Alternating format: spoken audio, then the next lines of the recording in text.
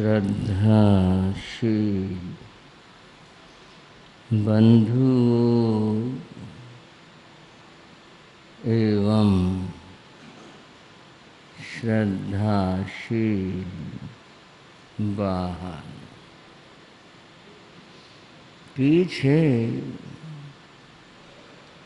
हमारी एक चर्चा चल रही थी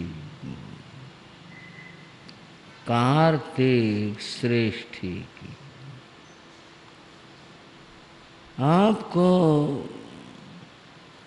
स्मरण हुआ होगा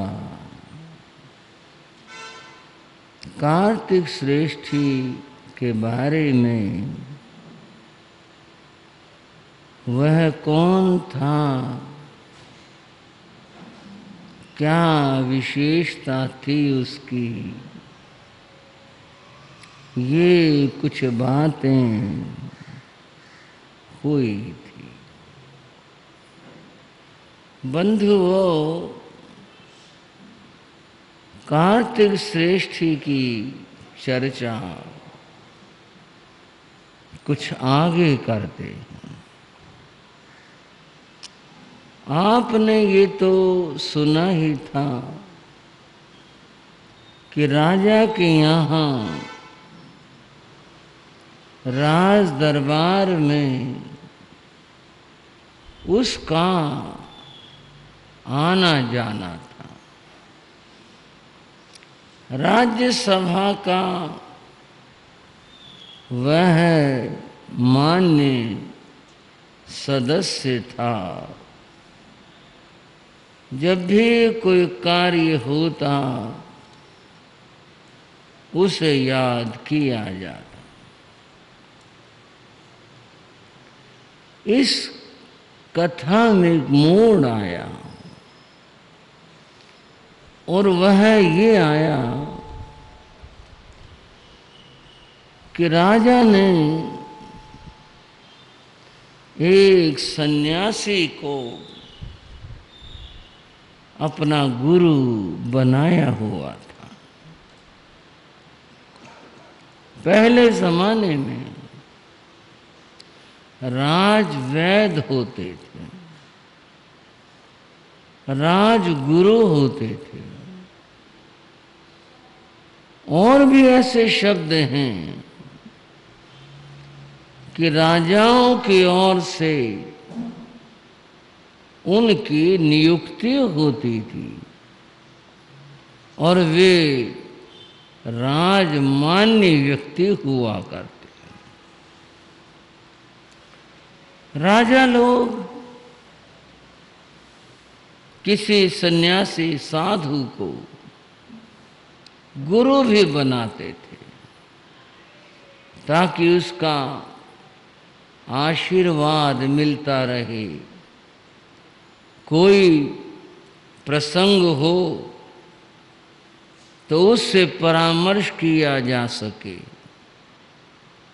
ये पहले जमाने में होता था। राजा अजितशत्रु ने एक बार अपने उस गुरु को राजसभा में बुलवाया। वह आया, बैठा, सभी लोगों ने उसका बड़ा आदर मान सत्कार किया। सन्यासी था, प्रणाम किया। सबने ऐसा किया। कार्तिक जो श्रेष्ठी था राज्यसभा में वो भी उपस्थित था। उसने भी व्यवहार निभाया और व्यवहार के नाते उसको नमस्कार किया। मैं जो आपसे कह रहा हूं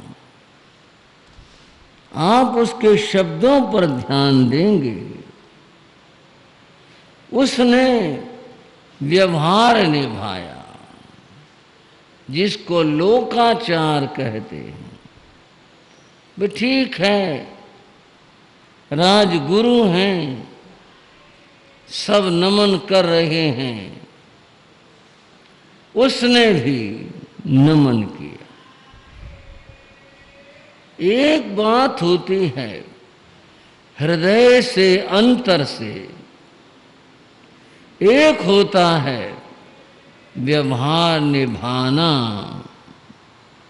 ऊपर से ऐसे बस ठीक है चलो, बुरा न लगे, कोई कुछ कहे नहीं, ऐसे कर देना।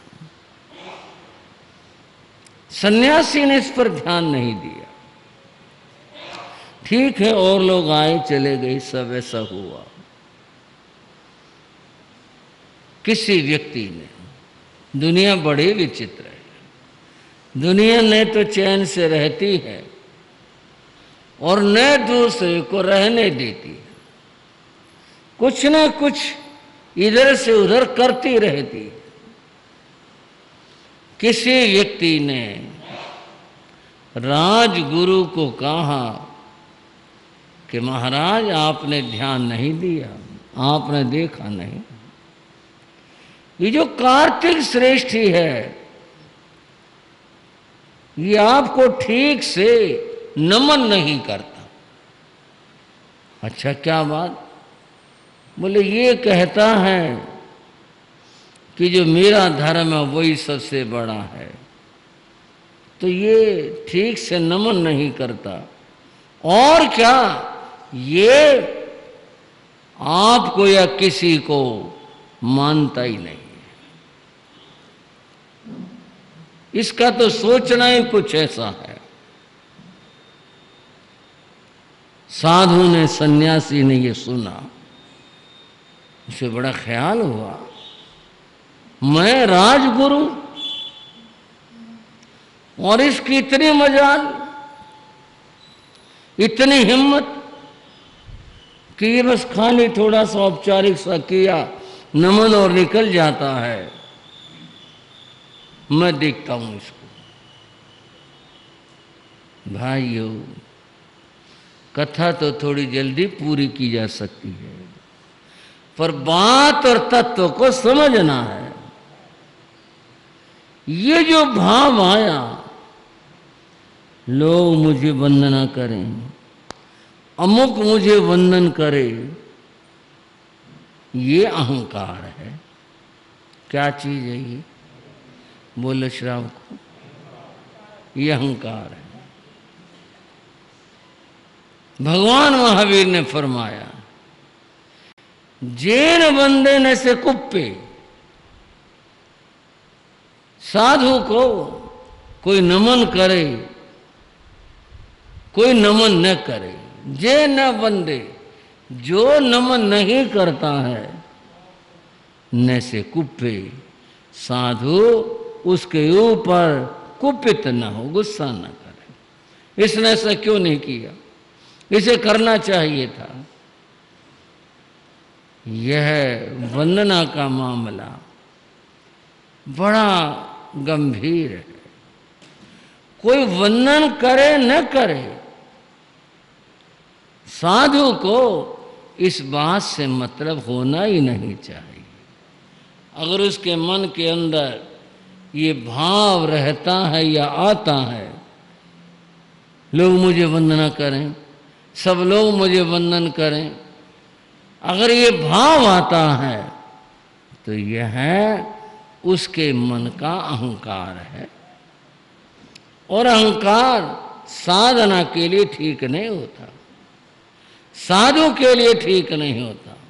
और समझ लो, अहंकार किसी के लिए भी ठीक नहीं होता, चाहे साधु हो और चाहे गृहस्थ हो, अहंकार सबके लिए बुरा।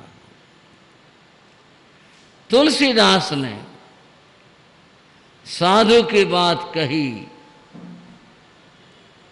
तुलसीदास कहते हैं, कंचन तजना सरल है। कंचन सोने को कहते हैं। कंचन तजना सरल है, यानी माया का छोड़ना आसान है। सरल त्रिया का नेह और घर परिवार, इसके प्रति जो मोह राग का भाव है, ये भी आसान है। आदमी धन माया वैभव को छोड़ सकता है, आदमी परिवार का मोह छोड़ सकता है, परंतु एक चीज बड़ी मुश्किल है, और वो क्या है? वो अहंकार है। कंचन तजना सरल है, सरल त्रिया का नेह, मान बड़ाई ईर्षा तुलसी दुर्लभ ये है। तुलसीदास ने कहा ये छोड़ने मुश्किल है। मन से अहंकार का जाना, अभिमान न होना, इसको छोड़ना बड़ा मुश्किल है। अपने प्रशंसा भला किसको अच्छी नहीं लगती? कहीं अपनी बड़ाई हो रही है, अपने बारे में कुछ कहा जा रहा हो, अपनी प्रशंसा की जा रही हो, कहीं सुनने को मिल जाए, कितना अच्छा लगता है कोई हमारी प्रशंसा करे। इसका छूटना भी बड़ा मुश्किल है। और तीसरी बात और कही, ईर्षा, ईर्षा का छोड़ना ये भी बड़ा मुश्किल है, बहुत कठिन होता है।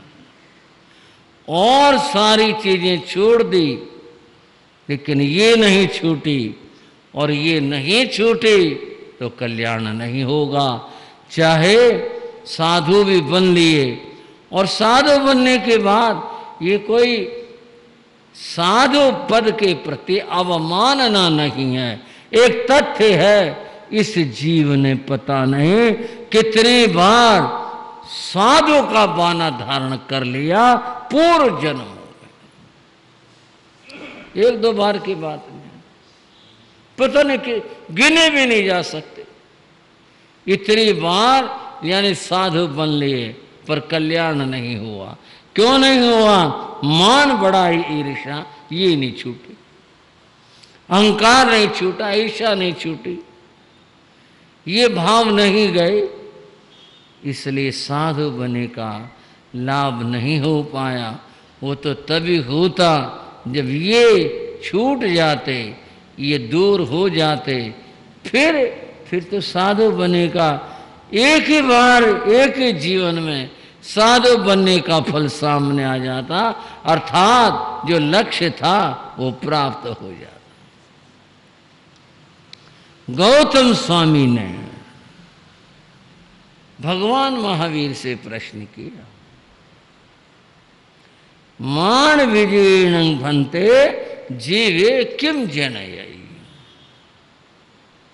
भगवान, इस अहंकार को जीतने का क्या फल है? किसका फल पूछा श्राव को? मान, अहंकार एक ही बात है, अभिमान एक ही चीज है। ये इसको जीतने का मतलब है जैसे शत्रु पर विजय प्राप्त कर ली, ठीक है, वो अब दूर हो गया। ऐसे ही इनको जीतने से, मान को जीतने से क्या लाभ होता? भगवान ने फरमाया, गोयमा मान विजीर्णं मध्यवं जनयई।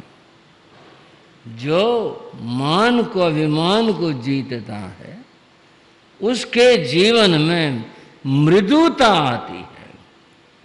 क्या? मृदुता। मृदुता कहते हैं कोमलता को। उसके जीवन में कोमलता आ जाती है जो मान को जीत लेता है। और जब तक मान नहीं जीता गया, कोमलता नहीं आती। मान तो, अभिमान तो, अहंकार तो, ये जिसके जीवन में होता है, उसके जीवन में तो अकड़ आती है।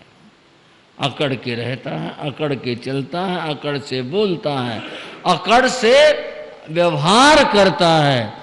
जिसके जीवन में मान है, उसके जीवन के अंदर अकड़ होती है। और बंधुओं कहाँ है ये अकड़ जाना, ये तो मुर्दे की पहचान है, और कोमलता ये जीवन की पहचान है। कोमलता होगी तो समझो जीवन है। अभी तबीयत खराब और संभावना है, और अगर अकड़ गए तो बस गया व्यक्ति, तो खत्म हो गई बात। अकड़ ठीक नहीं होती, अकड़ तो जीवन का विनाश करती है। अतएव अभिमान ये नहीं करना चाहिए, अभिमान में नहीं जीना चाहिए। एक बड़ी सुंदर बात कही गई कि आदमी अहंकार क्यों, कब, कैसे करता है। संपूर्ण कुंभोन करोति शब्दम। अब बात थोड़ी पुराने जमाने पर चली गई। आज तो पानी के साधन कुछ और हैं, आज तो टूटी हैं। आज तो पानी के साधन ये हैं कि घर घर, कमरे कमरे में पानी पहुंच जाता है। आज तो ये साधन है। पर एक बात बता दो, साधन हो गए, आराम हो गया, सुख मिल गया भाई और बहनों, पर पानी की कदर और कीमत खत्म हो गई। यूं तो सोच रहा ना, मैं पहले की बात कर, कोई 200 साल का मैं बात कर रहा हूं। ये तो आपके जमाने के, हमारे उस जमाने की बात है। तब 1 गिलास पानी की भी कीमत होती थी।